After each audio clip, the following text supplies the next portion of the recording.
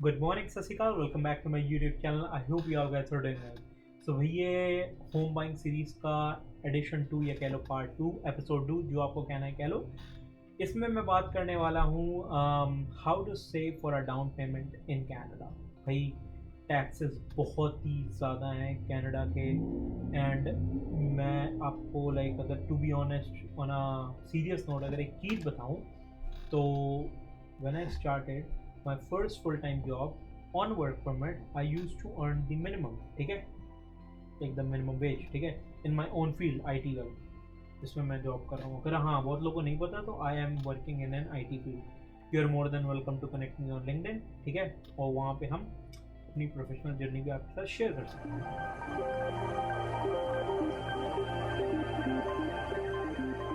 तो just coming back to the topic,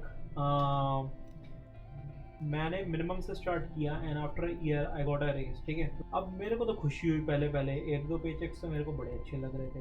उसके बाद सीन ये हुआ कि भाई टैक्स जब मैंने देखे कि भाई मेरा I am working let's say अगर मेरी इनकम $25 की थी एक आवर की, I am paying $5 in taxes to government per hour, ठीक है।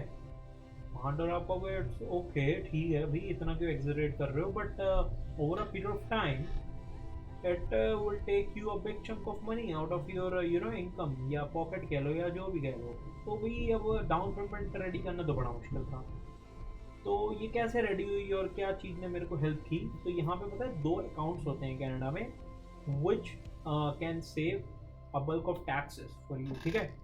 तो जो पहला अकाउंट होता है वो है RRSP एंड दूसरा अकाउंट है FHSA।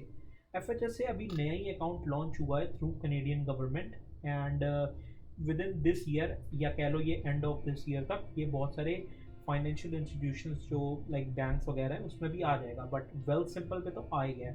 वेल सिंपल अगर बहुत लोग को नहीं पता तो वो है एक online platform which you can use to buy and sell stocks bond ETFs वगैरह वगैरह इन कैनेडा, ठीक है।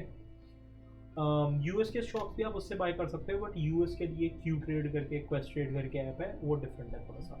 But again coming back to the topic, तो ये जो दो अकाउंट थे RRSP एंड TFSA, इसने मेरे को बड़ी हेल्प की भाई मैं अपने पैसे सेव करूँ विदाउट पेइंग इवन टैक्सेस। अब आप ये कहोगे is it legal? Yes of course legal because it is through the Canadian government, but there are some restrictions. भाई लिमिटेशंस तो होती हैं, ऐसे तो हर बंदे भाई सेव करने टैक्स ही ना पे करें। तो starting from account number 1 which is RRSP, what is the full form? The full form is registered retirement savings plan. अब जैसे इसमें जैसे इसका नाम है भाई रिटायरमेंट प्लान, ठीक है। तो basically whatever money you are putting in you can only take it out, you are putting it for your retirement if I say in that terms, ठीक है। बट देयर आर सम क्या सकते हो tweaks where you can also take out money like home buying. If you are buying your first property in Canada, then you can take out the money from this account tax free. So अगर आपने समझ लो over a year, जैसे या कह लो कि जब आप घर लेने जा रहे हो और आपके पास यहाँ पे 10,000 5,000 20,000 30,000 40,000 जितना भी इसमें है पैसा, वो आप सारा का सारा विड्रॉ कर सकते हो अप टू 35,000। अब लोग कहेंगे हम तो वही $1,00,000 सेव कर ले, $100,000। नो, आप सेव करने को कर सकते हो, but the maximum you can take for your home buying is $35,000। अब बहुत बंदे कहेंगे अच्छा भाई मेरे को ये बताओ, मेरे पास पैसा बढ़ा है अभी, आपकी मैंने अभी वीडियो देखी, मैं अभी 6 महीने साल बाद घर लेने का सोच रहा हूँ, मैं सारे पैसे उठा कर डाल दूँ? नो, जो एक पर ईयर की लिमिट होती है, सो लेट्स से अगर इस साल की लिमिट 6,000 है तो the maximum you can contribute in year 2023 is 6,000। अब यहाँ पे एक कैच है कि लेट्स से अगर आप कनाडा आए थे 4 साल पहले और आपको ये अकाउंट के बारे में नहीं पता था या पता था आपके पास पैसे नहीं होते थे और अभी तक आपने सिर्फ 2,000-3,000 इसमें डाला हुआ है, then you might have a room, ठीक है। Then you might have a room कि लेट्स से अगर 4 साल में आपके 24,000 तक की इस साल की आपकी लिमिट है, you can contribute up to $24,000, ठीक है, इस अकाउंट में। बट अगर आप नए नए कनाडा आए हो then you have to check your limit with CRA। अब CRA क्या है? CRA is a Canadian revenue agency. जैसे अपने वहाँ पे टैक्स डिपार्टमेंट पैन नंबर वगैरह वगैरह होते हैं, यहाँ पे सिर्फ नंबर होता है, and that's where CRA tracks everything whatever you do with money in Canada, ठीक है। सो आपको ऐसा भी नहीं करना कि आप बहुत ज़्यादा कंट्रीब्यूट करके अपने पे पेनल्टी लगा लो और हो गए बहुत सारे चीज़ें और हो गए कल को जब आप टैक्स भरने जाओ। तो माई CRA एक अकाउंट होता है, उसमें जाके आप अपना लॉगिन वगैरह क्रिएट कर सकते हो। उसमें आपको अपने बारे में सब कुछ पता लग जाएगा। आपकी T4s वहाँ आ जाएंगी एम्प्लॉयर के थ्रू, आपके टैक्स क्रेडिट, अगर स्टूडेंट है student credits, like anything you can say. अगर आप रेंटल इनकम क्लेम कर रहे हो एज अ ओनर, या आप कल को रेंट पे कर रहे हो और अगर आपका ओनर रेंटल इनकम क्लेम कर रहा है, तो सब कुछ वहाँ पे होता है, बिकॉज CRA ट्रैक्स एवरीथिंग। अब बात ये आती है कि आपने इसमें पैसे सेव कर रखते हैं, तो that's very good, you can take out the money whenever you can. इसमें एक कंडीशन है कि भाई अगर आप ऐसे ही मनी निकाल रहे हो विदाउट एनी रीज़न, कि भाई मेरे को विदाउट एनी रीज़न मीन कि without any valid reason, just to be clear, ठीक है। Because home buying and education, ये दो चीज़ें ऐसी हैं जिसमें आप टैक्स फ्री मनी निकाल सकते हो इस अकाउंट से। इसके अलावा अगर कभी भी आप ऐसे निकाल रहे हो तो उस मनी पे टैक्स लगेगा। इसको एक एग्जांपल के थ्रू मैं एक्सप्लेन करूं तो अगर आपकी इनकम मानो $50,000 है, अगर आपने $10,000 RRS में कंट्रीब्यूट किया हुआ है और कल को अगर आपको ज़रूरत पड़ेगी कि भाई मैंने कार लेनी है या यार मेरे को अभी ज़रूरत है, मैं निकाल लेता हूँ उसमें से $5,000, तो $5,000 जैसे ही आपने निकाले वो आपकी इनकम में जुड़ जाएंगे। तो जो आपकी इनकम होगी x + 5,000 हो जाएगी उस साल की जिस साल आपने ये पैसा निकाला। अगर आप होम बाई के लिए निकाल रहे हो तो जो अगर आपने 5,000 निकाला तो अगर आपकी x इनकम है तो x पे ही टैक्स लगेगा। ये कैच है आप। या अगर आप पढ़ाई के लिए निकाल रहे हो, कल को आप PR हो गए, अपने पढ़ाई वगैरह करनी है उसके लिए निकाल रहे हो, that's also fine. But in दो पॉइंटर्स के अलावा अगर आप पैसे निकाल रहे हो और से देन यू हैव टू पे टैक्स, सिंपल, ठीक है। Moving on to the second account which is FHSA। FHSA का फुल फॉर्म है फर्स्ट होम सेविंग्स अकाउंट। अब भाई RRSP में जैसे मैंने आपको बताया इसकी लिमिट होती है $35,000 एज अ होल।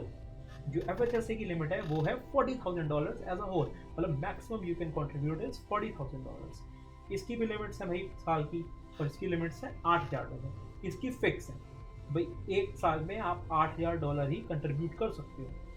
इसमें बहुत सारे big chunks and small chunks of confusion है जो लोगों के माइंड में आते हैं। मैं पढ़ रहा था पर्सनली, मैंने इस अकाउंट का पूरा गो थ्रू किया एंड व्हाट आई फाउंड कि भाई अगर लेट्स से अगर मैं आज मतलब राइट नाउ FHSA अकाउंट चालू कर रहा हूँ कि मैंने अपना घर लेना है कल को या एक साल बाद, then I can contribute 8,000 maximum.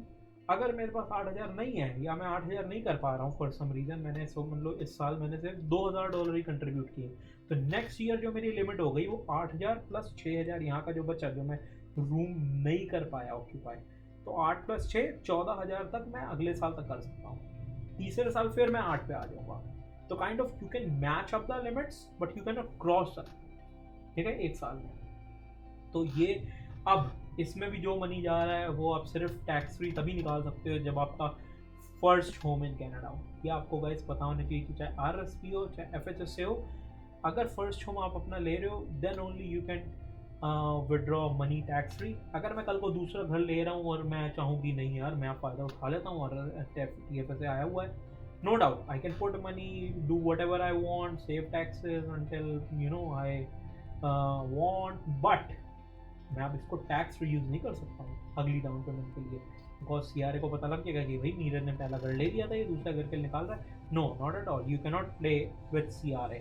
जब अगर आपने खेल भी लिया और आपको एक बार के लिए फ़ायदा मिल भी गया, जब भी आप अगले साल उसके अगले साल कभी ना कभी तो टैक्स फाइल करोगे ही, तो वो CRA ने पकड़ के आपको फिर वहाँ पे भाई छापा मारना है, सीधी बात है। तो you should respect all these laws and आपको पता होना चाहिए। अब भाई बहुत लोग कहेंगे कि भाई नीरज तूने ये बात तो सही की, बड़ी यार हमारा पैसा तो फिर फंस रहा है। ठीक है, हमने घर लेना है 1 साल बाद, 6 महीने बाद, 2 साल बाद, बट यार हमें यार अब स्टॉक में भी लगाना है, हमें पैसा बढ़ाना भी है वगैरह वगैरह, तो हम ऐसा थोड़ी हो सकता है कि सिर्फ हम सेव ही करते जाएं। भाई नो, यहाँ पे एक कैच है। So you have different options to invest. So let's say under RRSP you have GICs। जैसे हमें पता होता है GIC, जब हम इंटरनेशनल स्टूडेंट आते हैं तो हम $10,000 अपने GIC में आते हैं, गारंटीड इन्वेस्टमेंट सर्टिफिकेट। 10,000 डाल दिए, वो हमें पहले महीने 2,000, हर महीने 670 देते जाते हैं 1 साल तक। तो वैसे ही GIC कल को अगर आपके आप मिनिमम चालू कर सकते हो आई गेस $500 से, और आपके पास फॉर एग्जांपल $10,000 या $5,000 RRSP में पड़ा है, आप जाके स्कॉशिया या किसी को भी कह सकते हो कि भाई मेरे को यहाँ पैसा सिर्फ अपना रखना नहीं है. हाँ ऑफ कोर्स मैं इससे घर खरीदने वाला हूँ साल 2 साल बाद, but I also want to grow my money, right. So they can help you to put in GICs, either mutual funds, right. Plus mutual funds में भी फिर 3 टाइप के होते हैं, low risk, medium risk and high risk. तो ये सब आपको फाइनेंशियल इंस्टीट्यूशन की तरफ से पता लग जाएगा. I am not a financial adviser या समथिंग, तो मैं इस पर ज़्यादा वो लाइक मैं अपने कमेंट्स नहीं दूंगा. तो इसको मैं यही बोलूँगा कि do your own research, but जो मेरे को ऊपर ऊपर से पता कीजिए वो मैंने आपको बता दिया. बताने का मेरा एक और मकसद था कि भाई RRSP या TFSA में RRSP या FHSA में पैसे रख के आप सिर्फ पैसे को लॉक नहीं कर रहे हो, you can do much more on that, ठीक है. और फिर आप टैक्स निकाल सकते हो अपनी पहली प्रॉपर्टी के लिए. आप सीरीज या कह लो किसी सीरीज में पार्ट 3 एपिसोड 3 के लिए रेडी हो जाओ, जिसमें भाई हम मिलने वाले हैं रियल्टर से, खूब सारी बातें करेंगे उनके साथ, खूब सारे क्वेश्चन पूछेंगे. मेरे को भी बड़े सारे डाउट हैं, मेरे को तो सिर्फ अपनी जर्नी पता थी ना, वो तो भाई पता नहीं कौन कौन से प्रोजेक्ट्स, कितने कितने हाउसेज, टाउन हाउस, पता नहीं क्या क्या सेल करते होंगे. तो he can guide us more on that. चलो फिर इस वीडियो को करता हूँ मैं यहीं पे एंड. जिसने लाइक नहीं की लाइक कर दो, सब्सक्राइब कर लो चैनल को. Till then have a good one, stay safe, bye bye, and follow कर लेना इंस्टाग्राम पे. Bye bye.